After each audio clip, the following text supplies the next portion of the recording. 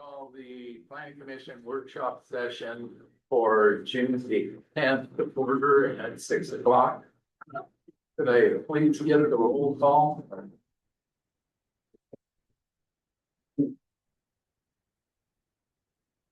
Thank you. Chair King. Here. Vice Chair Labonte. Here. Commissioner House. Here.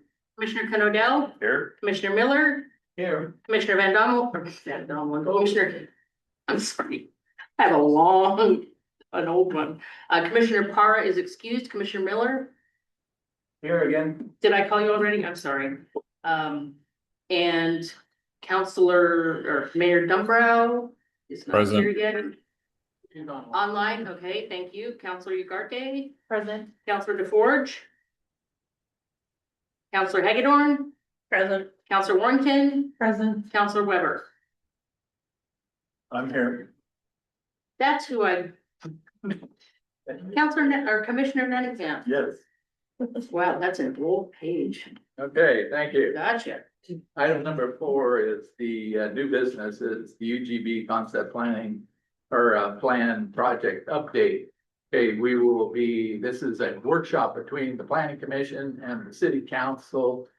We will not be taking public comment for this workshop. If you have any public comments, they can be submitted to the city to be considered. So with that, I will turn this over to Steve Faust. Good Excuse evening. me, I got one other thing I just wanted to bring up too. Because this UGB concept plan this project update was, I think some people got confused that it might be involved in the planning commission and the planning meeting. And so there were comment emails sent out, but they were directed to the planning commission, but probably should have been for this discussion as they were talking about UGB concept. And so there were some emails of these information being sent out. And unfortunately, there were responses that were replied to all, and it included the planning commission, which constitutes the quorum. And we're just making public record that these conversations were made. They are available to get that. So if anybody wants to see that, they are on the public record. Okay, sorry about that. Go ahead. All right. Mr. Faust. Thank you, Chair King and planning commissioners, city councilors, and Mayor Dunbro. Thank you for time tonight to bring you up to speed on where we are at with the North Plains concept plan project. Let's go ahead to the next slide. For some of you, some of these first slides will be familiar, but I know not everyone's has taken part in all of these meetings. So we're just going to run quickly through some history. Here's a timeline of how we got to where we are today, starting with the North Plains Comprehensive Plan Vision in 2016. That was followed by a housing and economic analyses and a comp plan update that were completed in 2017. The UGB expansion project began in 2020. Subsequent to that being initiated, the EOA and the HNA were updated, and then City Council voted to recommend an urban growth boundary expansion in 2023. Some legislation about voting on UGB expansions was passed in March of 2024. I think you all know there was a vote on that specific UGB recommendation or proposal in May of 2024. And subsequent to that, City Council decided to initiate a relook process primarily a community engagement process to take another look at the urban growth boundary and potentially come forward with new ideas or potentially a recommendation. And then in December of 2024, we kicked off this concept plan project. And it is a project, I'll mention this later, but a project funded by the Oregon Transportation Growth Management Program. Next slide, please. I know that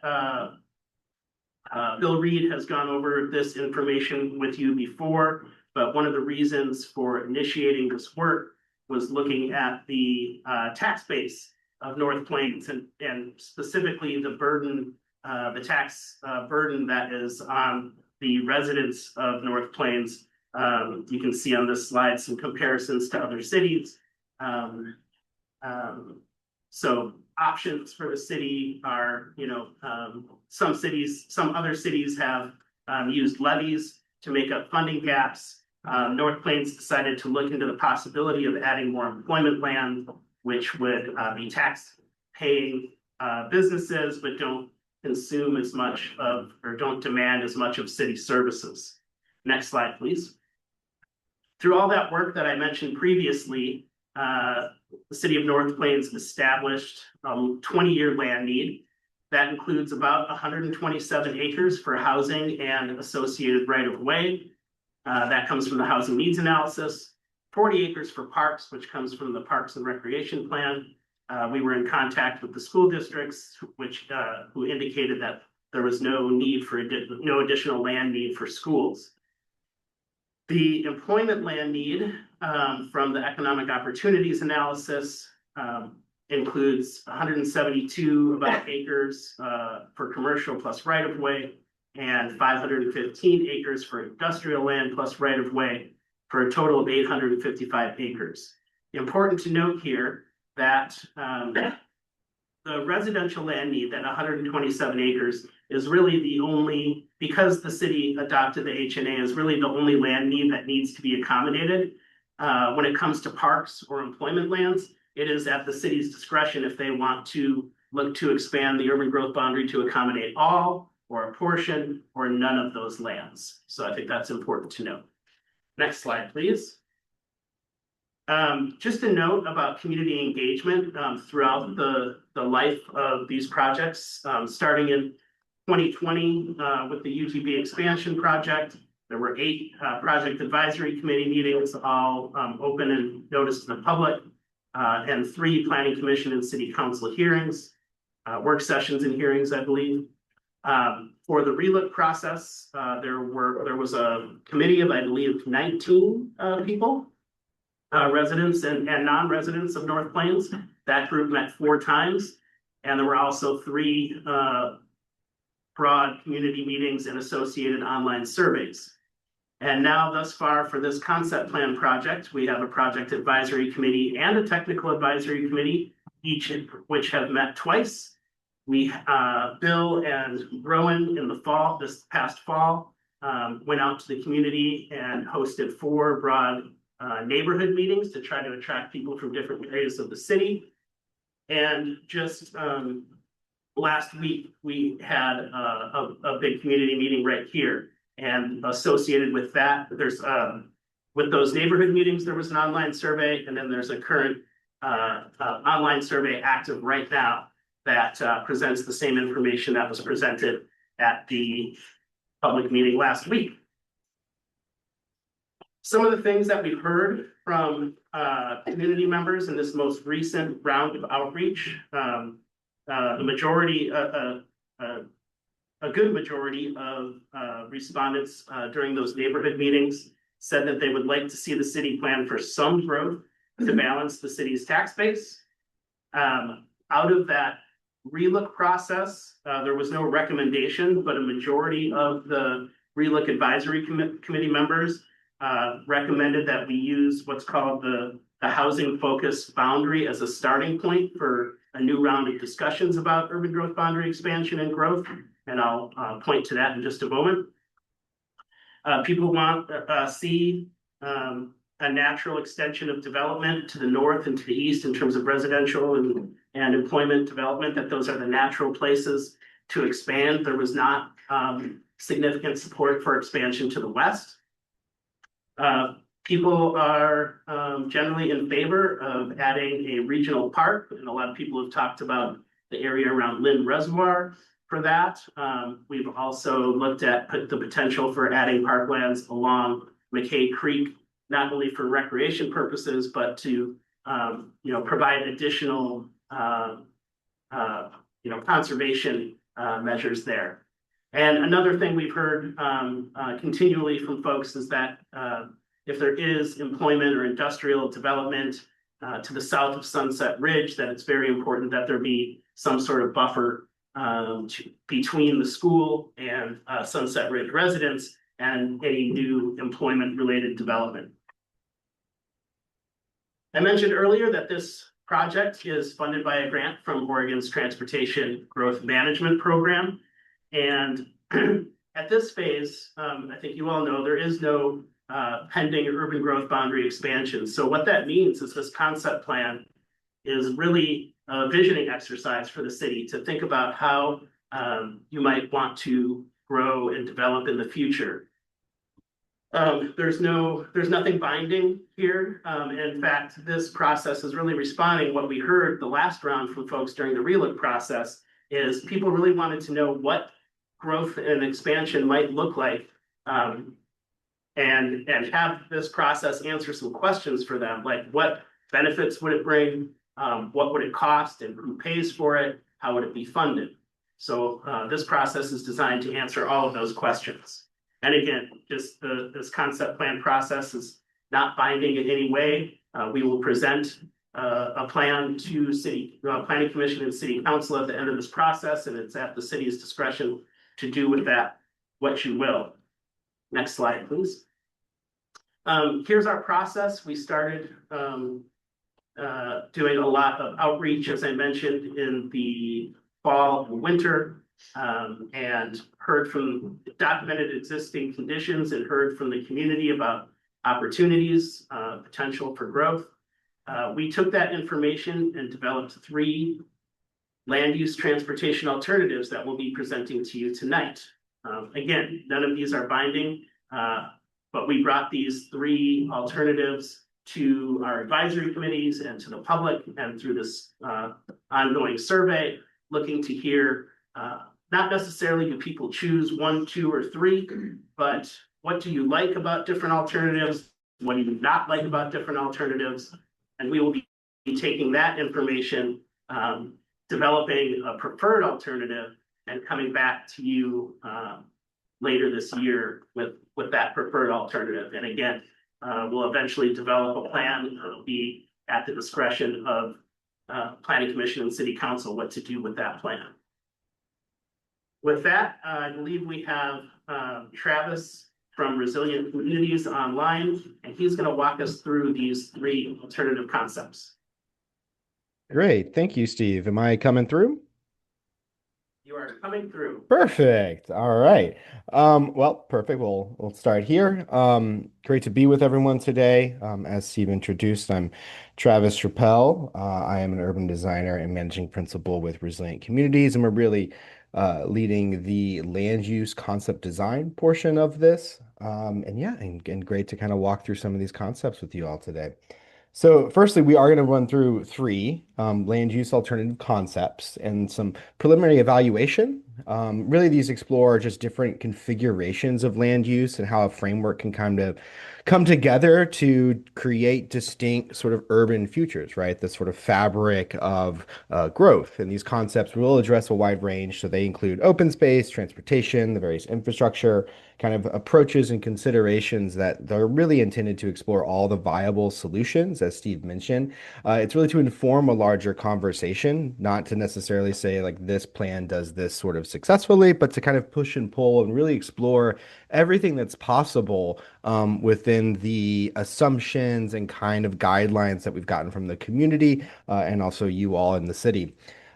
So we are going to cover a couple sort of design objectives, and these are really great to understand just like how we're evaluating the concept currently right now and how this aligns to kind of some of the other bits about the plan, such as the urban design objectives. And we'll eventually sort of show this evaluation to you all, and it's a great, really useful tool for just, again, kind of thinking how A relates to 1 relates to 2, relates to 3, etc. So firstly, we're really looking to preserve and enhance the natural resources. That includes sort of restoration and conservation, but also just sort of expanding the accessibility to those. provide recreational and civic amenities to enhance livability. There's a lot of talk about sort of this regional destination park, and that can kind of come about in different ways. And there's, of course, like certain things like access to that, proximity that really relate to that, and how it, of course, associates itself to either downtown or the land use of residential or, again, existing other assets. Within that, there's still a the goal to sort of maintain and expand open space network. It's really important to sort of connect these places together so that there's a really robust understanding of how sort of the front porch goes directly connects to these sort of regional open spaces.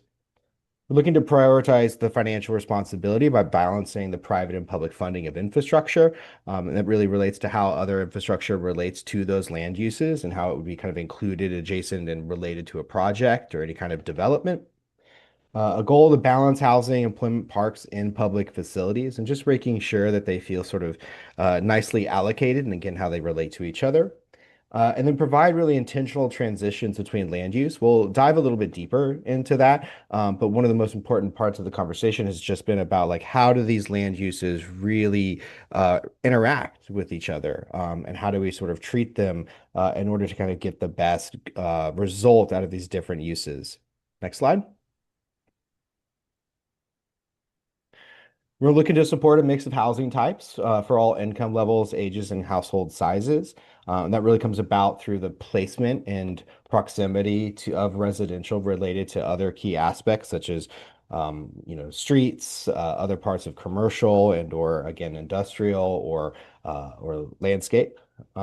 We're looking to attract essential commercial services for a vibrant community. So can we introduce types of land uses and services that really inspires and kind of attracts a wide range of community amenities? We can expand employment opportunities for a sustainable economy. As sort of Steve wrote through, it's really about balancing a lot of that tax base. And so what kind of attractive allocation of employment lands can do so? Looking to improve local walkability and connectivity. Obviously, ultimately, this comes to just livability across the future for North Plains. And so how do we both do that for the residential and also the employment lands? Looking to attract export-oriented industries. And then within that, very related to the walkability and connectivity, is just improving the regional connectivity. And then as we introduce this sort of load and circulation of other uses, and other types, really reducing the freight traffic downtown or any kind of negative impact. We want to sort of embrace the positive impact of people coming and relating to the town, shopping during their lunch break while being employed in the area, while reducing the freight traffic or any kind of negative disruption into the downtown or residential areas, whether they're existing or future. Next slide. I think it's really important to get kind of clear on what we mean by employment lands and sort of what at this scale that we're looking at and how we're conceptualizing. It really is just a catch-all for employment or industrial lands can really represent a wide variety of land uses ranging from office parks, business parks to manufacturing. Whatever sort of becomes allowed uses in the employment zones would be determined through a very future process to update the city's comprehensive plan and zoning code prior to annexation, so prior to that larger expansion. And want to really emphasize that sort of how employment lands are situated within the larger plan, meaning the concept plan, will affect the types of capital investment the city attracts. Really trying to look at the fact that sort of based on allocation of a city serving businesses along a roadway will kind of attract that. Having a sort of large proximate area to a residential might be able to attract a mixed-use district or office campus versus sort of large regional manufacturing, something closer to the highway, going to probably be more attractive to something with a larger freight and logistical issues. So where this land is, how it's treated, and how sort of connected it is will obviously be a very direct result to the character and place ultimately of the lands themselves in North Plains. Next slide. With that, they're really, really fine-tuned and sensitive and sophisticated attention to these integrations and transitions of not only between the land uses we're looking at, but in particular the employment lands to existing areas and existing uses. So really looking at the intentional integration and thoughtful transition between these residential and employment areas. And that uses both relief and a unifier, right? So there are places where it's more attractive to sort of buffer that from, say, existing residential. And you can do that with a lot of ways from a connector street, park spaces, hedging, et cetera. But also make sure that when it makes sense to make sure that these transitions act as a unifier. So when it's up against an open space or something, that there's sort of a berming or nature-based infrastructure that then sort of transitions into that more ecological or nature-based area that then maybe perhaps sort of connected to downtown, et cetera. So as we buffer residential, it's really as equally imperative that we harmonize land into this sort of cohesive, complementary, very integrated, dynamic cityscape. Next slide. The concept area sort of plans themselves and sort of where we're focused on this. And I think there was a little, sort of introduction to this as Steve was sort of reminding our process of sort of how we got to this boundary.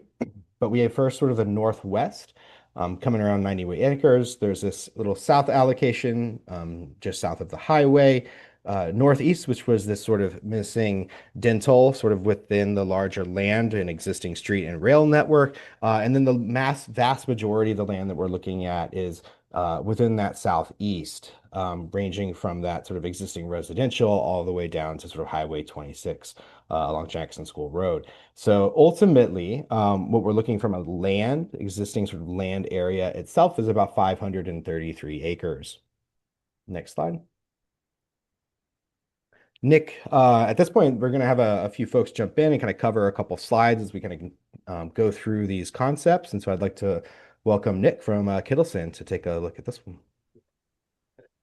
Thanks, Travis. I think I just have one slide here. So my name's Nick Gross. I am a transportation planner with Kittleson and Associates. We're on the team supporting, of course, that transportation lens as we look at these land use alternatives.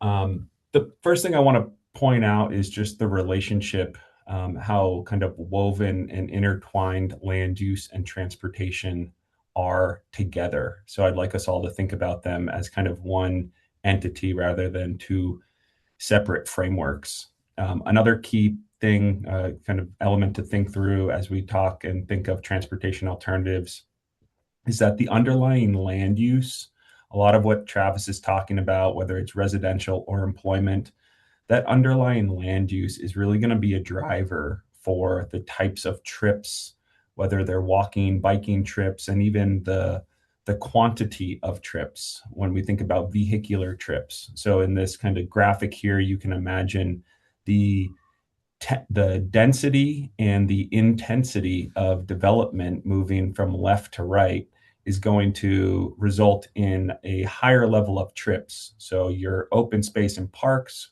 will have, relatively lower trips compared to that higher density mixed use and higher story sort of development. So when you think about these land use alternatives, to think about them through a transportation lens, I think it's important to think about, that modal generation and the quantity of trips. The last thing I'll say on this slide is that with all of that said, there is really the alternatives from a transportation perspective are quite similar. You'll see some alternatives with some more traditional grid street networks, and you'll see some alternatives with some sort of windy street networks. But for the most part, they are sort of providing the same services, connections, and accessibility and safety. So with that, I'll pass it back to Travis, and you'll hear from me a little bit more later on. Perfect. Thank you, Nick. All right. So we're going to go through the concepts now, kind of touch on different aspects along the way. The first one really being Creekside Park.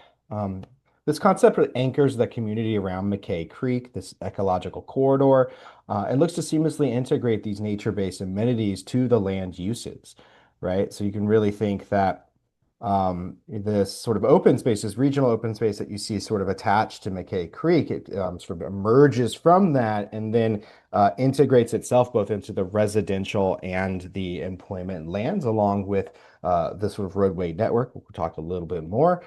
You really think of it as the sort of open space, this regional draw, this nature-based thing becomes the sort of identity of these new lands, this new development, and puts the sort of open space, this regional thing, kind of close and very proximate to downtown in the center of North Plains.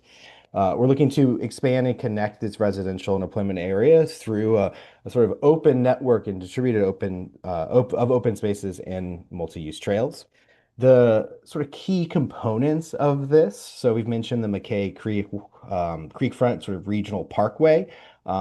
Thinking that these really have, it's a mix of mostly passive amenities, refuge, trails, etc. And then but we're still sort of providing additional open spaces, right? So there is a variety of small and medium parks kind of throughout the residential.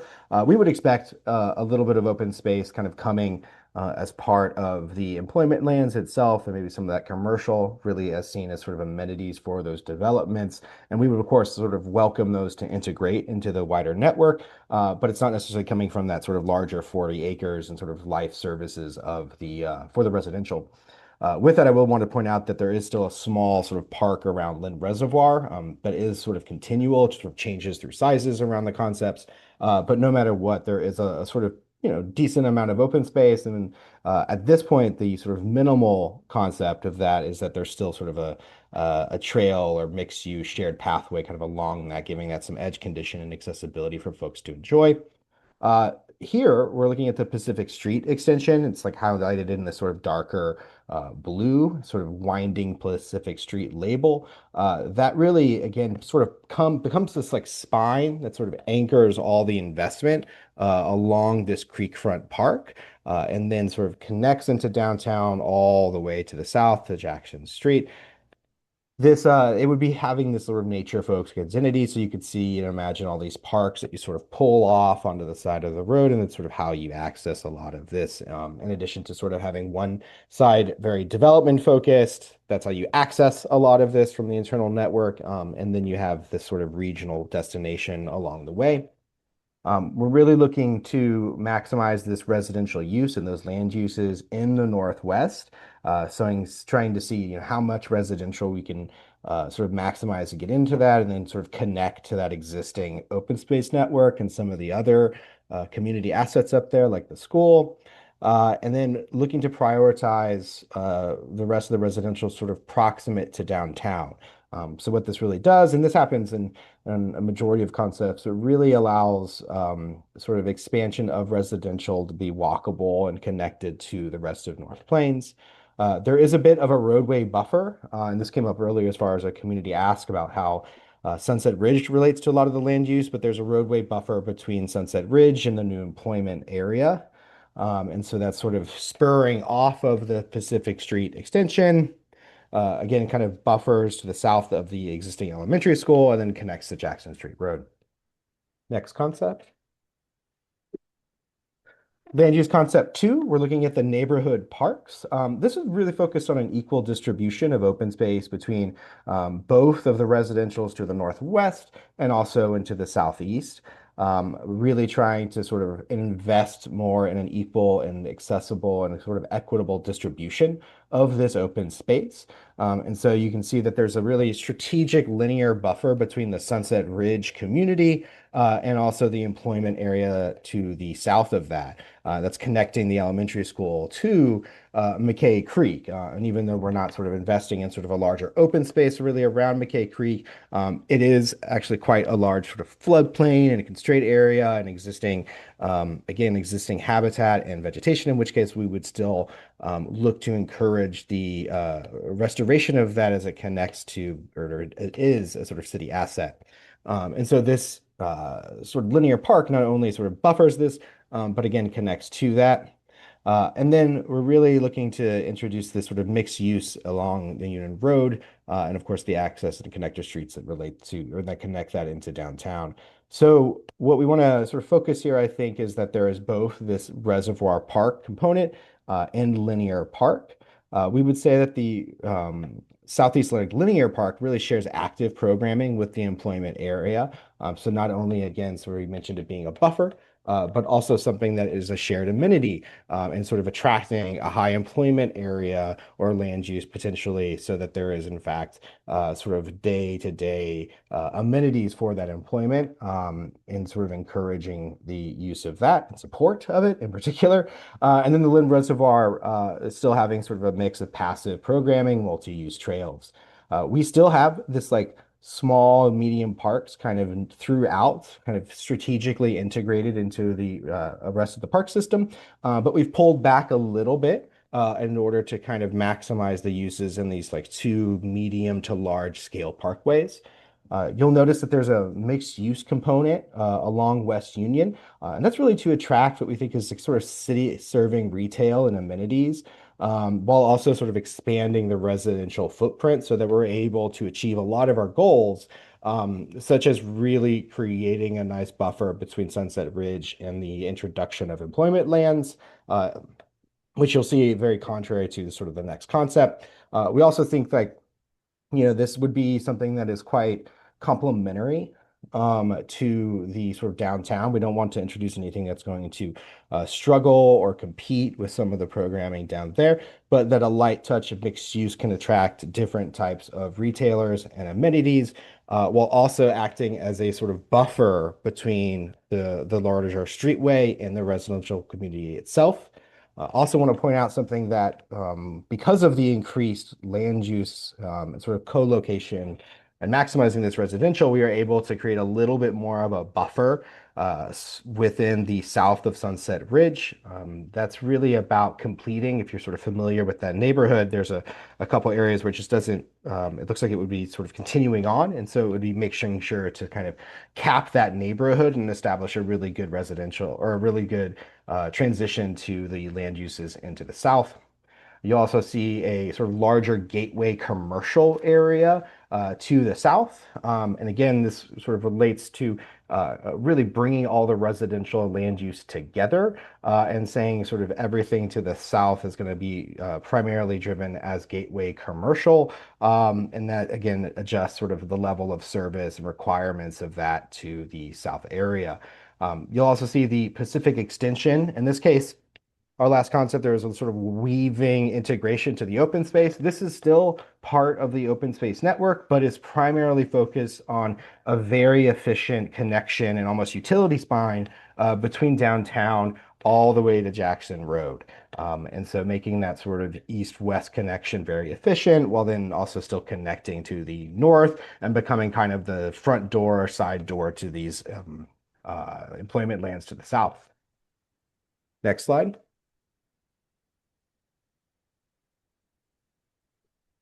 Our last land use concept is this regional reservoir park. And really what that did, like, looks to really prioritize and establish this multifunctional regional park at the Lynn Reservoir. As you can see, it sort of becomes this very large regional, if not, state level destination. And so that would allow for a lot of different types of programming and sort of become this exemplary sort of anchor facility for the city. We're also looking to really focus on the residential as a buffer, and this really relates to more of a land use strategy, saying that we're going to continue the Sunset Ridge neighborhood in a way that's sort of, again, coming equally from the two not roadway constrained edges and sort of grow while still maintaining a desired sort of open space connectivity to the Creekway. If you want to go to the next slide, we'll highlight a couple things.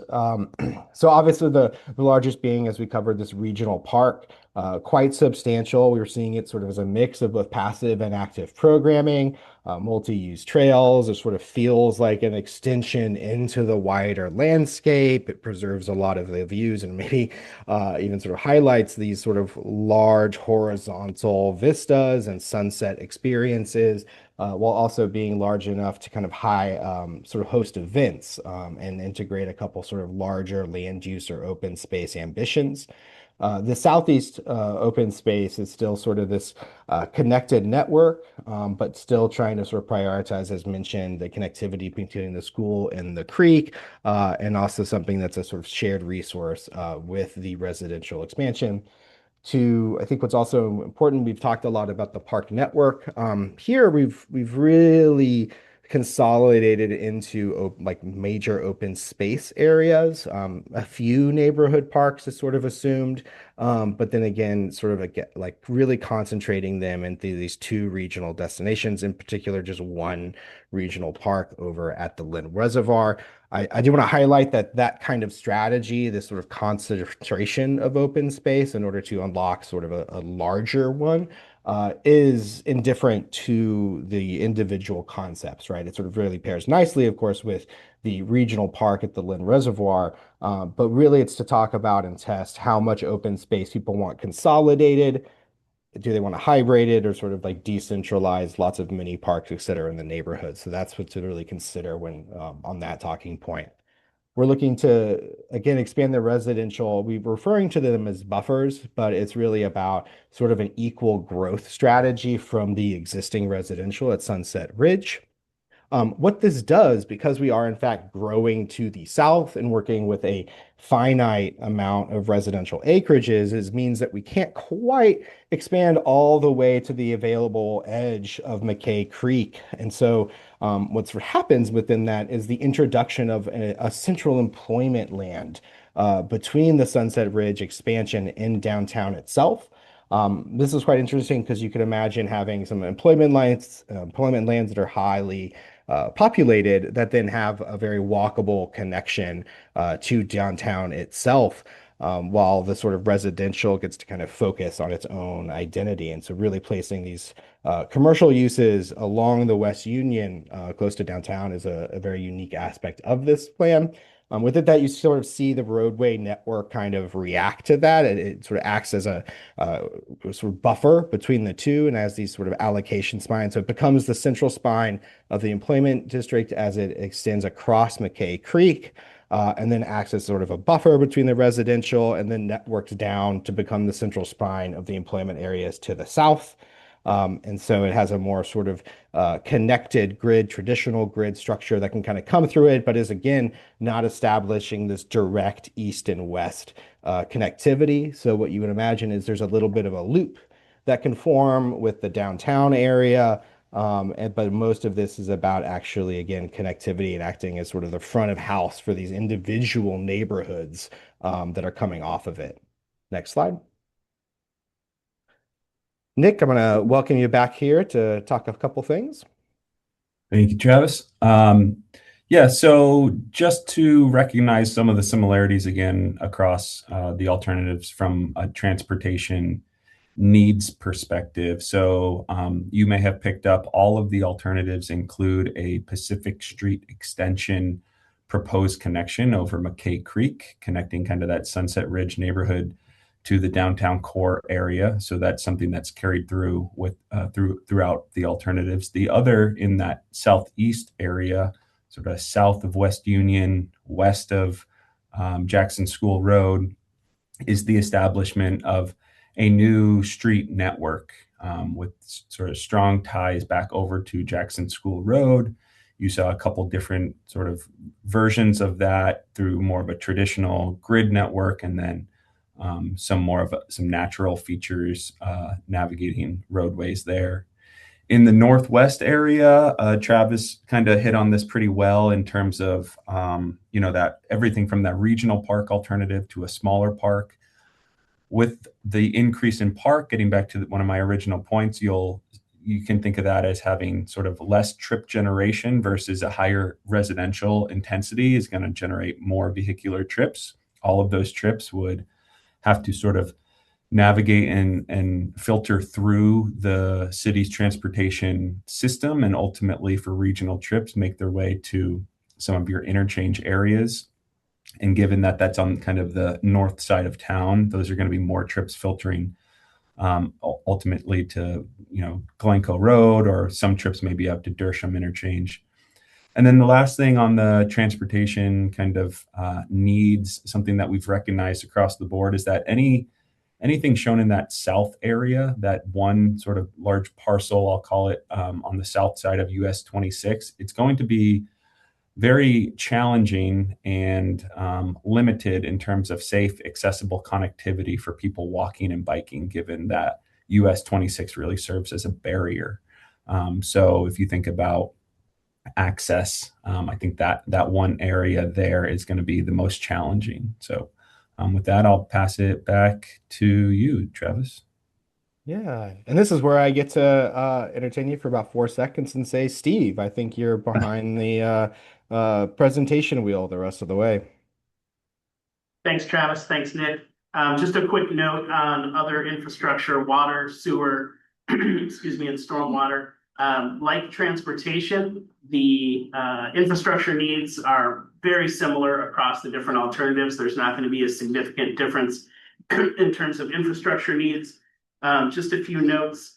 Nick mentioned earlier the Pacific Street extension. I think there's been a lot of discussion, maybe at Planning Commission and City Council, that not only serves as a connector between downtown and this area, but also provides an opportunity for water infrastructure and redundancy.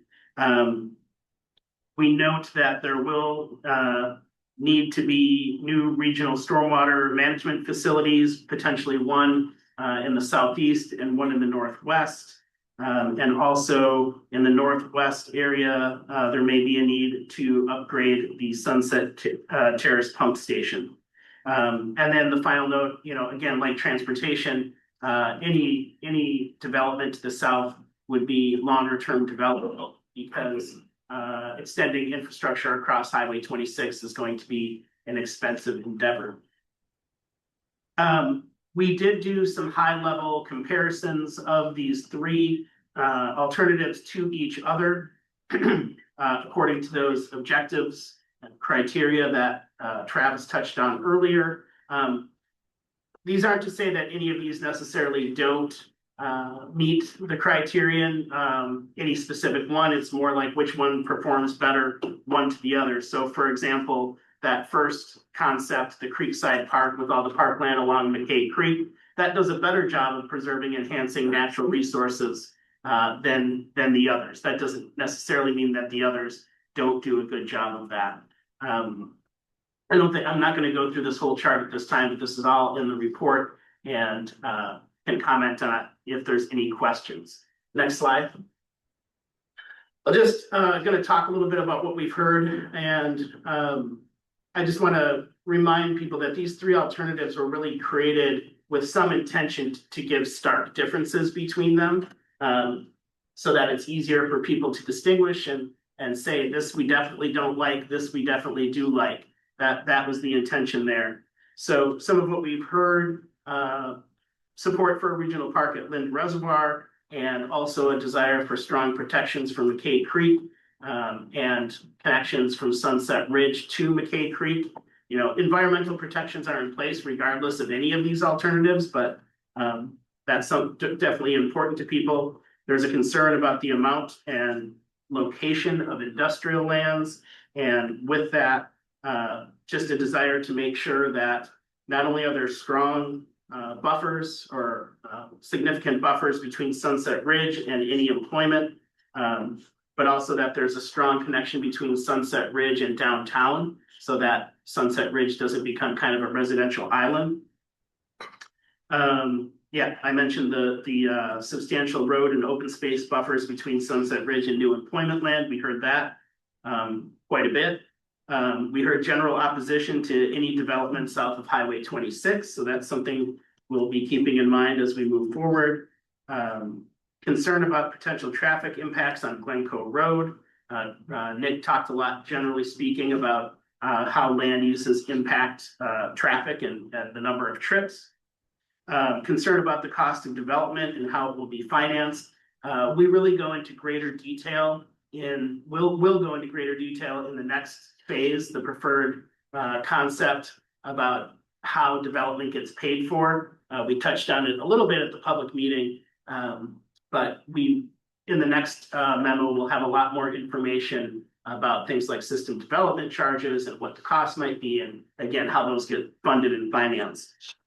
And then finally, we did hear some general preference for, I think it was the first alternative that showed Pacific Street Extension kind of winding, not necessarily a straight line directly to Jackson School Road, but more of a winding boulevard. People seem to resonate with that more than the other concepts. That's really the end. I mentioned earlier our process. We're really still, this is the last meeting for us to gather input on these alternatives, and then we will take all that information and begin working on refining and developing a preferred concept over the summer, and then coming back at that time. Thank you, and happy to answer questions and hear your comments. Okay, I'm gonna start with Mayor Dumbrau, your comment. Yeah, so thank you. Great presentation. Just to be honest, this kind of looks a lot like the last presentation, which I think is what everyone, at least a majority of council, is thinking at this point. And the other challenge is this doesn't actually solve the problem that council requested to be solved, which was we need the code updated before we start making changes. So I'm not sure how else to make that clear, but this, in my perspective, you know, and again, I'm one vote, but from my perspective, until the code is changed, all of this is a non-starter. We have to fix the code before we start introducing new plans. That was, I think that's been made fairly clear from the community as well as from council. So this doesn't fundamentally differ, in my opinion, from what we saw last time. So I was hoping that we'd see something that was scaled back. I understand that that the governor wants additional housing. However, that is not going to, that's not necessarily what the city of North Plains wants. And it's not necessarily, we're creating problems only so that we can go solve them, is how I view this. We're saying, oh, well, we're going to need more sewer, we're going to need more this and that.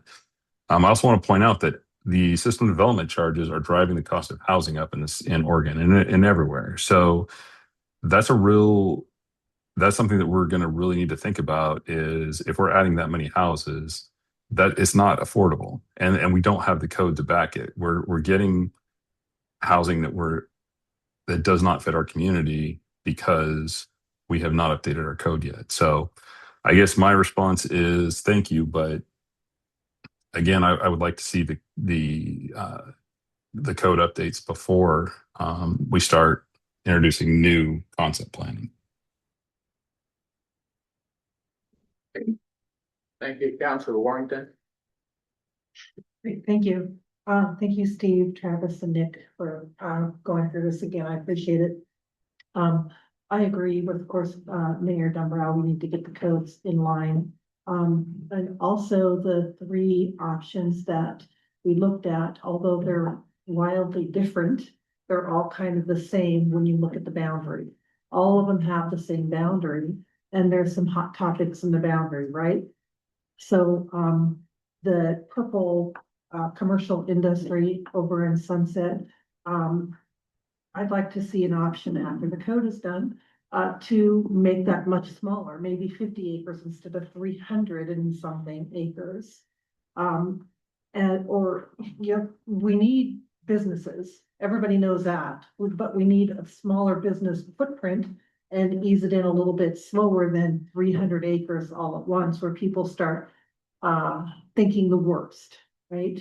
And then the south part of the all the maps, is there an option we just take that out? Is there an option we can reduce the purple? Are there options where we can do different things with the boundaries instead of every option is the same boundary? So that would be my input. Thank you, Councilor Hagedorn. This microphone is tricky. Okay, I echo the sentiment from the mayor and Councilor Warrington. We really need to double down on the codes. I think that's a critical path here, and we really need a commitment, timeline, and an update on that. Second of all, it is a little frightening. I was looking through the community feedback in terms of with all the outreach events, and there seemed to be a consistent theme of no industrial concerns of industrial, but I see the same purple plots here on each of the 3 choice points. And so I'm wondering if there's any alternatives where we can see alternatives, other options that reduce our reliance on that purple and maybe the location or just 86 off the map. I do think that we have a lot of irons in the fire currently, and I think that there's been a lot of great work here done so far to give us some visualizations of what's possible. I think it'd be really great if we could double down and focus on our critical path here, because I think that's the key to our success and to actually execute some current initiatives that we have on Glencoe that also need to be developed. So thank you. Thank you, Councilor Weber. Yes, I would echo the concern on the codes. I know all of you have been concerned about the codes. I mean, I think a good example of where we just got caught by surprise was the 60 units apartments at Bryn Hill.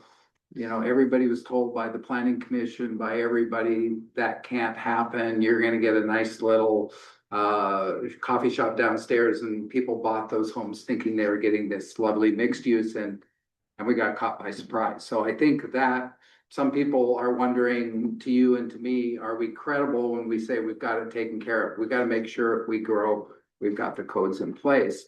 My other big thing, I mean, I talked to a lot of people. The biggest pushback that I encounter over and over is the industrial growth currently is not really sellable to people. They don't buy it. They don't like it. So what I talked to them about is there is a reality that we likely need more money. So I'll give you an example of one of the ways we talk about it. I said, so would you be good with a $25 levy? Most of the people I talk to say, yeah, if it kept me from getting some things I don't like. It looks to me like a $25 levy would give us about $500,000 a year. Not a huge amount, but something. So then the flip side is how much industrial growth creates 500,000, right? So kind of a discussion, because if I say to them, you don't want industrial, are you willing to kick in? They say yes, but how much? Okay. So one of the things that surfaced, I've been on these committees for 3 or 4 years, is a kind of the show me the money discussion. So how much money do we get from industrial growth? The best example that I think's been a little frustrating to get the clear agreement on is, for me, the perfect place to start now is this ASLM building, right? We have a 10-acre new building. You can look it up on the tax rolls. It looks like it's valued at about 18 million. That's a good example of going forward. We would like to build more of those perhaps, right? Now it's been quoted a couple times. I looked it up. I don't know, maybe I'm wrong, maybe they're wrong, but it looks like it only brings in about a couple $1,000 per acre to us in terms of the tax revenue, right? So I think the question is, if we're going to sell industrial growth to people, we have to sell the money, because most people, when they look at that building, they don't like it. It's big, it's not pretty, but if it brings in such a huge amount of money to the city, they go, okay, I get it. I'm okay with it. But I haven't heard those numbers explained. And if the numbers are the ones that have been quoted, and when I look it up, it looks like it only brings in a couple thousand an acre. If that's true, at $20,000, it's going to take a lot of those to get to the $500,000 that the levy, right? It takes like 25 of those 10-acre developments. And in that case, the people are going to say, I'll pay for the levy, skip the industrial. So what I'm coming back to again is this show me the money thing. I have not heard the money analysis clearly stated to the people. Because the people, if we're going to expect them to support industrial growth, they need to hear a cohesive number that kind of tells them that something is good is happening. The other interesting part that kind of threw me on that discussion is Hillsborough has these wonderful, I'm a big Parks and Rec Center swimming pool. It'd be lovely to have something like that. Hillsborough has it. But I realized when I did the research in their tax stuff, they have a $50 levy. So at first glance, it doesn't make sense to me. Why should Hillsborough need a levy? They're the ones that are number one in the centers, the data centers, all that. They've had all this industrial growth, they shouldn't need a levy. So those are some complexities. Like I said, if we're gonna, currently the people of North Plains are very, very overwhelmingly not supportive of industrial. If we want to win them over for that, we have to show them the money. Okay, thank you, Councilor Ugarte. Thank you, Chair King. I'll keep this brief as I know we're getting close for time. I just want to say thank you to Steve and Associates for that presentation. I definitely hear the valid concerns about code. I also want to reiterate that the exercise that we're doing tonight is concept planning. It is nothing set in stone.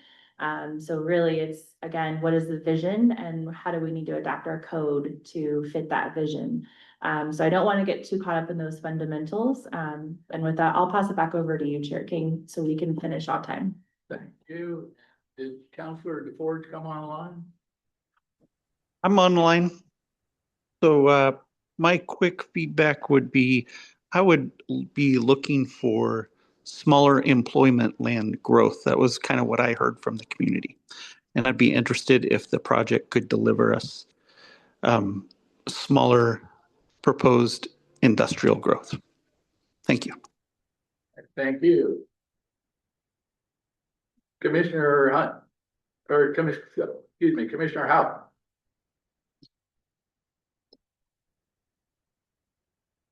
I don't like any of them else.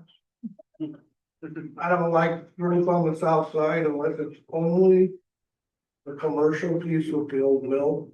I don't think the citizens with new houses over there are asking to come in.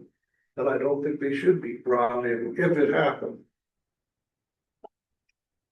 I do agree with industrial commercial to the south up to the highway and specifically to block Hillsborough.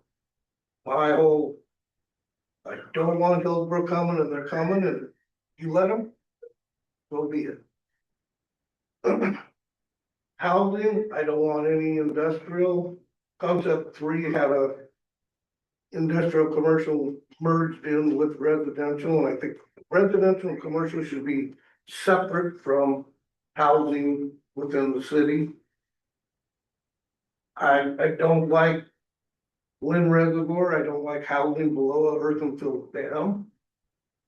I think that's totally, that should all be a park.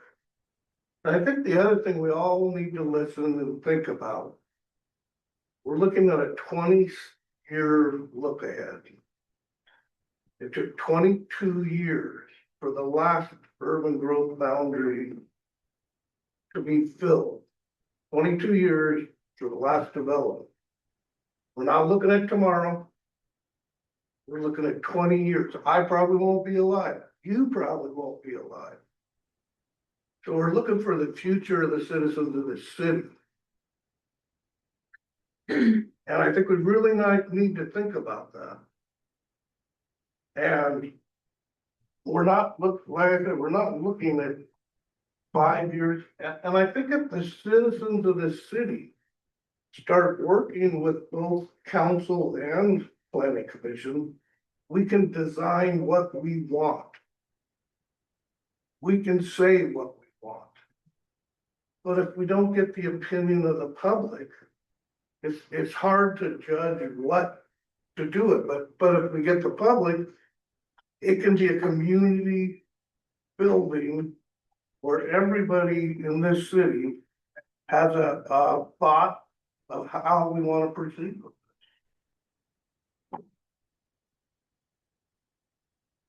Commissioner Miller. One question and then one comment. One question maybe for the mayor. Given your comments on the code, does that mean the planning commission is green lighted for the spending in the budget associated with that?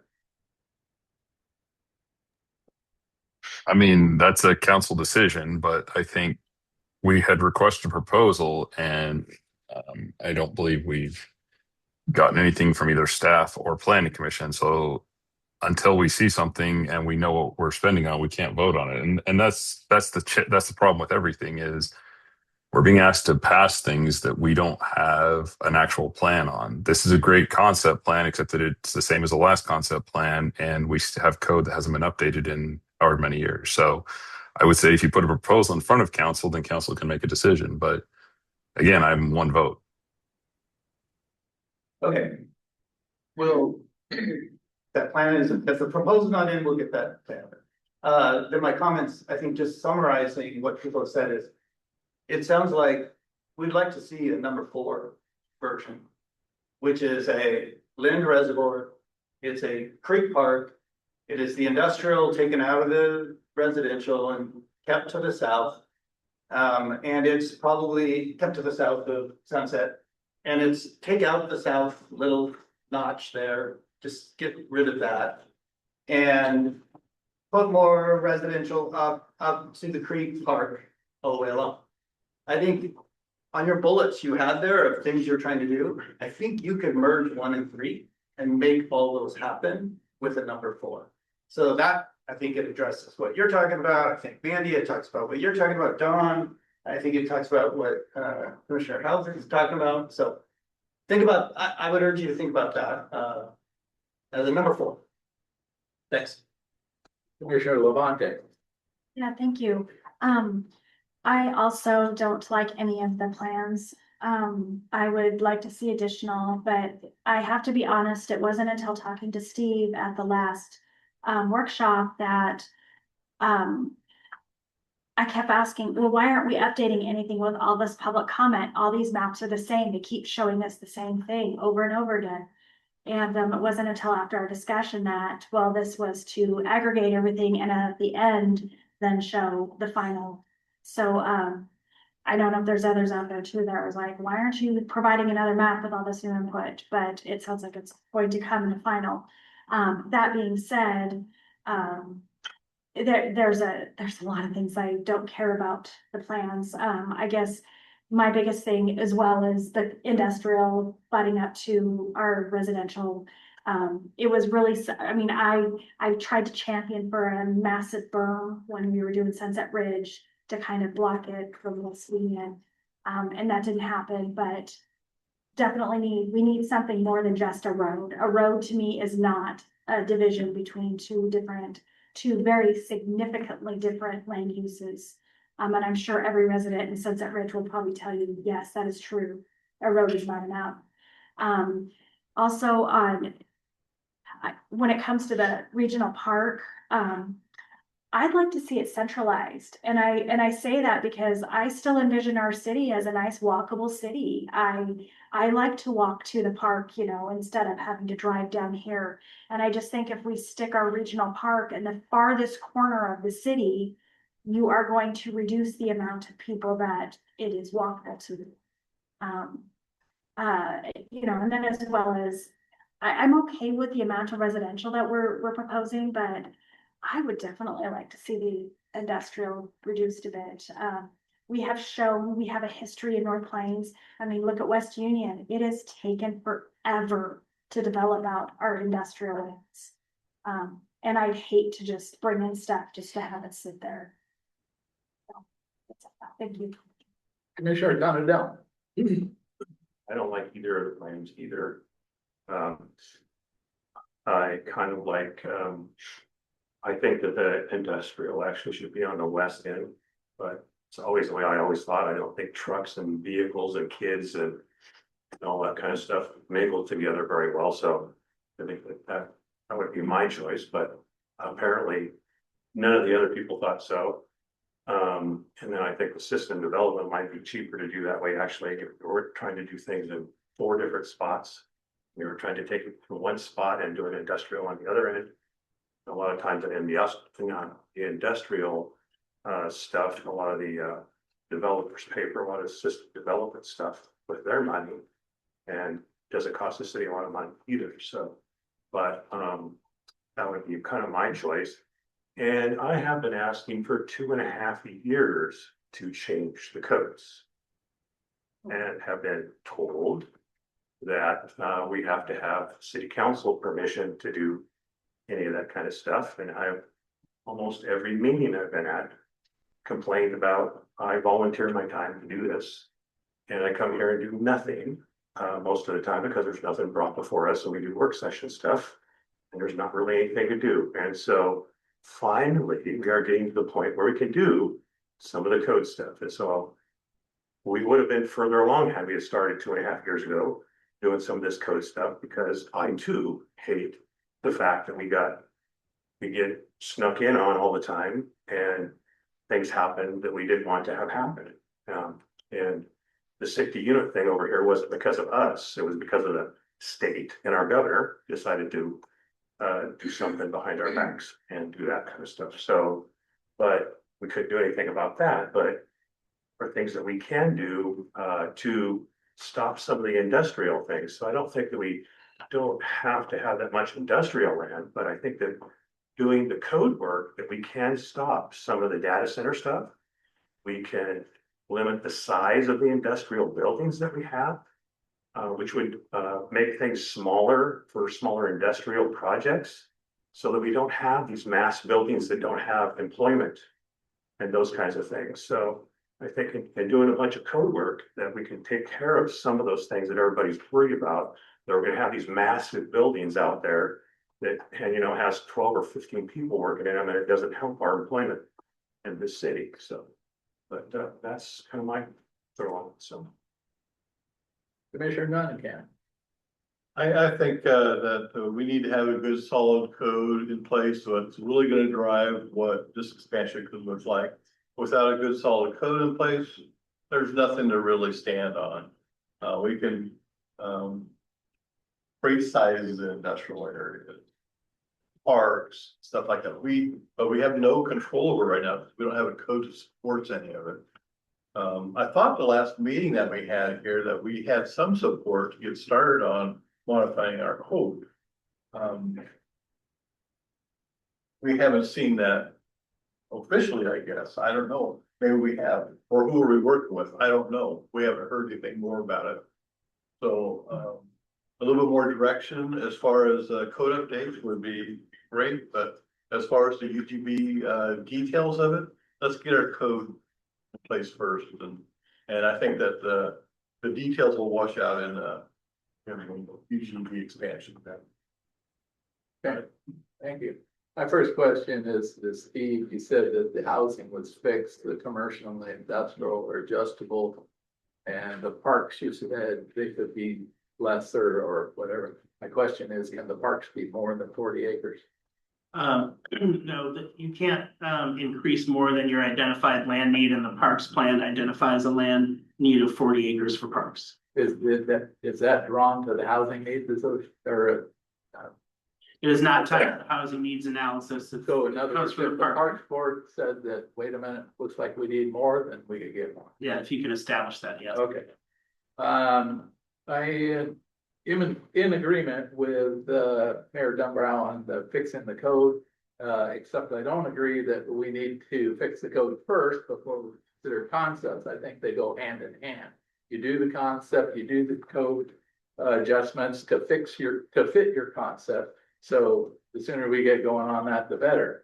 I've been talking about code changes for probably 20 years. So the neighborhood community zone, which was a whole big zone back in 2007, I've been trying to get that eliminated and replaced. So I know about wanting to get it changed. So the other thing is I take exception to Councilor Weber's comments about the Planning Commission saying that the site over in Brent Hill was going to be a mixed use with a coffee shop and all that, and that we were caught by surprise because the state of Oregon made that decision, not the Planning Commission. So I would be careful on certain things about accusing people of stuff.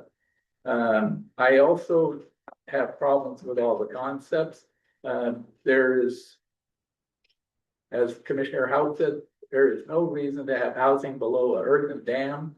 In the last urban growth expansion, we tried to fight to get residential removed from the south of Highway 26, and 2 of the concepts have that. They've been in contact with some of the owners over there that don't want to be part of the urban growth expansion. There's no reason we should consider them. development costs, of course, are gonna be expensive there, and so, but the state says you gotta look at it, it doesn't say you have to take it. Also, I think that the large portion of the purple area, which is employment ground, is kind of throws things off because it's made up of commercial and industrial. And so it just looks like a huge industrial area, and I think those maybe should be modified. I do agree with the buffering along Sunset Ridge, and I think we should have park systems in both the northwest and along McKay Creek, and also include water regional facilities. I agree that there should be one in the northwest and also another of them along McKay Creek in the southeast. So I agree also should be a concept 4. There it is. Okay, anything else? If I may, thank you all. These are really clear guidance, I think, from all of you. I'm not sure, we were given that housing focused boundary for us to start with in this process. That doesn't mean that we have to keep that boundary. That was just what we were told to start with in terms of developing these concepts. Can the south be removed? Yeah, we can look into that. Can the boundary be smaller? Certainly. So we will, yeah, the hybrid alternative, or the alternative 4, whatever you want to call it, that has been the plan all along. So we look forward to taking the comments we received from you tonight and working to develop a concept that addresses the comments that you've provided tonight. So thank you. All right, good. Go ahead. Steve, and any further future presentations with the concepts, would it be possible to throw in an extra image for all 3 concepts to include the current zoning within the city? That way you could actually see the impact on our current areas and what they look like, because obviously we have a lot of residential that's different zones that'll be next to these proposed. Sure, happy to do that. Thank you. All right, I want to thank everyone for attending, and with that,